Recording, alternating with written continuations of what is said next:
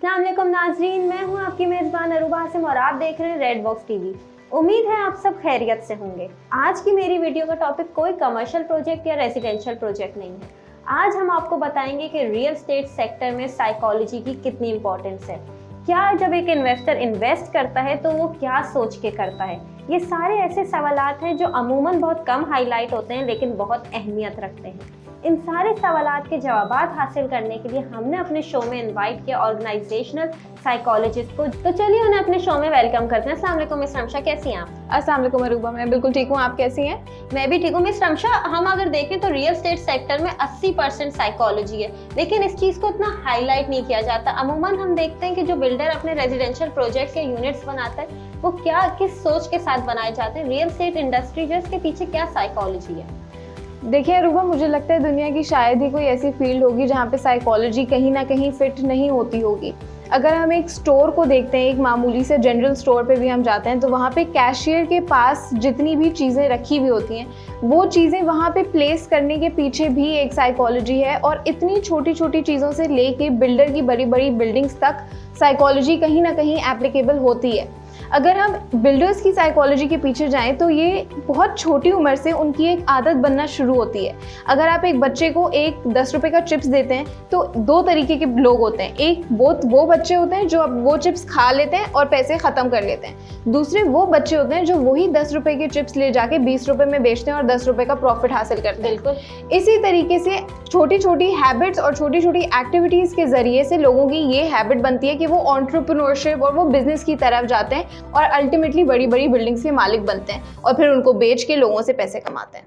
Basically ये मेरे ख्याल से बचपन से शायद आपका लर्निंग प्रोसीजर होता है जो आप में इम्प्लीमेंट किया जाता है। बिल्कुल। वैसे भी साइकोलॉजी ये कहती है कि 10 साल तक की उम्र के बच्चों की पर्सनालिटी पूरी तरीके से बिल्ड हो चुकी होती है, उसके बाद उसमें बहुत कम चेंजेस आते हैं। इसी तरीके से बिल्डर्स का जो माइंडसेट होता है, जो पैसे बनाने का उनके पास एक हुनर होता है, वो चीज़ ऑलरेडी उनके बचपन में उनके अंदर आ चुकी होती है, इंकलकेट हो चुकी होती है उनकी पर्सनैलिटी के अंदर। ये आपने हमें बताया कि कम उम्र से ही बच्चों में ये आदत डाल दी जाती है। अगर हम जेंडर की बात करें तो रियल एस्टेट सेक्टर में आपको नहीं लगता जेंडर डिस्क्रिमिनेशन, हम इतने फीमेल बायर्स या इन्वेस्टर्स नहीं देखने में आते, तो ऐसा क्यों है? इसके पीछे क्या साइकोलॉजी है? देखिए रूबा, ये बहुत अच्छा सवाल है और मुझे लगता है कि इसके पीछे ये चीज़ है कि जो फीमेल्स हैं उनके अंदर एक रिग्रेट थ्योरी की एप्लीकेशन ज़्यादा है। रिग्रेट थ्योरी ये कहती है कि उन्होंने एंटिसिपेट कर लिया, यानी पहले से ही सोच लिया कि अगर ऐसा ना हुआ तो फिर मुझे पछतावा होगा। तो उस पछतावे के डर से उनका डिसीजन ये होता है कि बेहतर यही है कि हम इस फैसले को खुद ना लें और किसी मर्द से, किसी लड़के से मदद हासिल करें और उनके रैशनल देख के, पूरी तरीके से देख के कि उनको क्या चीज़ें अच्छी लग रही हैं प्रोजेक्ट के बारे में, क्या चीज़ें बुरी लग रही हैं, वो डिसीजन लें, ताकि अगर खुदा ना खास्ता बुरा भी साबित होता है या हमें लॉस होता है प्रोजेक्ट में तो हम उन्हीं को कहेंगे कि देखिए आपने ही तो डिसीजन लिया था। तो इस रिग्रेट से, इस पछतावे से बचने के लिए फीमेल्स ये चीज़ अप्लाई करती हैं। फीमेल्स जो है वो ज़्यादा इन्वेस्टमेंट की तरफ नहीं आती हैं। दूसरी बात ये है कि फीमेल्स के अंदर और वैसे भी जनरली हर इंसान के अंदर डिसीजन जो है वो बहुत सारी चीज़ों से इन्फ्लुएंस होता है और फिर वो एक डिसीजन, एक नतीजे के ऊपर पहुंचते हैं। और वो इन्फ्लुएंस कौन कौन सी चीज़ें करती हैं? आपकी पुरानी यादें इन्फ्लुएंस करती हैं, आपका जो भी दूसरे लोगों की तरफ बायसनेस है वो इन्फ्लुएंस करती है, आपके पुराने एक्सपीरियंसेस इन्फ्लुएंस करते हैं। फॉर एग्जांपल, अगर मैंने कभी 2008 में किसी प्रोजेक्ट में इन्वेस्ट किया था, अब उसमें मुझे अगर 10,000 का भी लॉस हुआ है तो मुझे ये होगा यार प्रॉपर्टी इतनी अच्छी चीज़ तो नहीं है, मुझे तो कोई खास इसमें से कोई नहीं मिला। बिल्कुल। तो हम इस चीज़ को ओवरकम कैसे कर सकते हैं? मतलब हमें ऐसा क्या करना चाहिए कि हमारी इंडस्ट्री में फीमेल इन्वेस्टमेंट्स में इंक्रीज देखने में?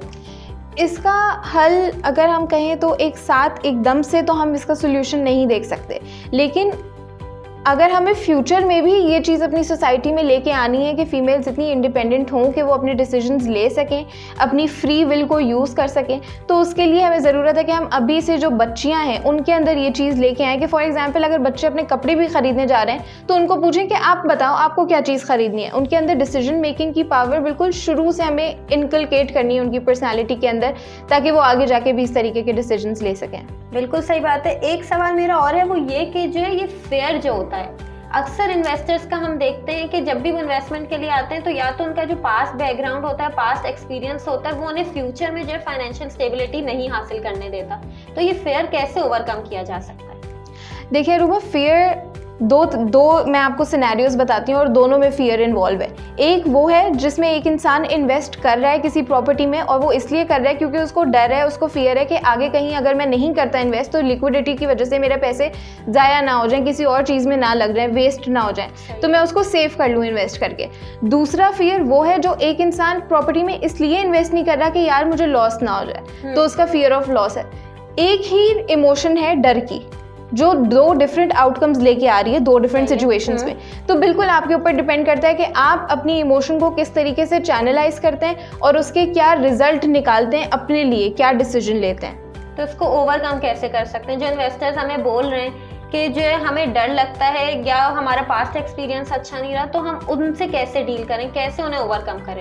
उस फियर को ओवरकम करने के लिए बहुत ज़रूरी है कि वो एक स्टार्ट लें और स्टार्ट एक ऐसे प्रोजेक्ट से लें जिसको बिल्कुल रैशनली ऑब्जर्व करके देखें कि इसकी क्या अच्छी बातें हैं, क्या इसकी बुरी बातें हैं और आगे चल के ये प्रोजेक्ट से हमें कितना फ़ायदा हो सकता है। अच्छी तरीके से अपनी देखभाल करने के बाद वो उस प्रोजेक्ट में इन्वेस्ट करें ताकि उनका फियर एक तरीके से कम होना शुरू हो और फिर आगे जाके उनकी इन्वेस्टमेंट की अपॉर्चुनिटीज़ खुलती चली जाएंगी। अच्छा Ramsha, as an organisational psychologist आपके पास, और अभी रिसेंटली आपने रियल एस्टेट सेक्टर में अपना कैरियर स्टार्ट किया, तो आपके पास डिफरेंट इन्वेस्टर्स आते होंगे जिनके इसी तरह के खदशात होते होंगे या XYZ और भी प्रॉब्लम्स होती होंगी। तो एज एन इन्वेस्टर जो रियल एस्टेट में इन्वेस्ट करना चाहते हैं पर कुछ खदशात उन्हें वो करने नहीं दे रहे, तो आप उन्हें कैसे क्या सजेस्ट करती हैं? उनको सजेस्ट मैं ये करूँगी कि पहले तो आपने आइडेंटिफाई करना है कि ऐसा कौन सी वो चीज़ है जो आपको रोक रही है किसी भी प्रॉपर्टी में इन्वेस्ट करने से।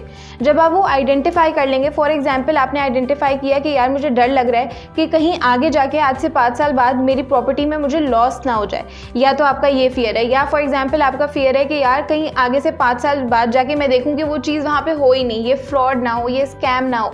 तो बहुत सारे रीजंस हो सकते हैं, आपको आइडेंटिफाई करने की ज़रूरत है। एक बार आपने आइडेंटिफाई कर लिया, फिर आप खुद उसके लिए सोल्यूशन निकालें कि अच्छा मैं अपनी ज़िंदगी के इस डर को किस तरीके से ख़त्म कर सकता हूँ। जब आप अपने फियर को आइडेंटिफाई कर लेंगे, उसके लिए एक प्लान बना लेंगे कि अच्छा मुझे इस तरीके से चलना है, इस पाथवे पे चलना है, तो फिर वो फियर ऑटोमेटिकली ख़त्म हो जाएगा और आपके इन्वेस्टमेंट करने के चांसेस भी ज़्यादा बढ़ेंगे और आपकी will to invest will also increase. बहुत बहुत शुक्रिया मिस रमशा हमें अपनी कीमती राय से आगाह करने। Thank you so much Aruba for having me here. Thank you. जी नाजरीन, ये तो ऑर्गेनाइजेशनल साइकोलॉजिस्ट मिस रमशा थी जिन्होंने हमें बताया कि इन्वेस्टमेंट से पहले जो इन्वेस्टर्स को खदशात होते हैं वो कैसे दूर किए जा सकते हैं। अब अगर आप ये जानना चाहते हैं कि इन्वेस्टमेंट करने के बाद आपके जो खदशात हैं, जो सवालात हैं, वो कैसे दूर किए जाएं, उनके पीछे क्या प्रोसीजर है, क्या साइकोलॉजी है, उन सारे सवालात के जवाब हासिल करने के लिए हमारी अगली वीडियो तक स्टे ट्यून रहें रेड बॉक्स से। तब तक मैं अपनी होस्ट को इजाज़त, अल्लाह।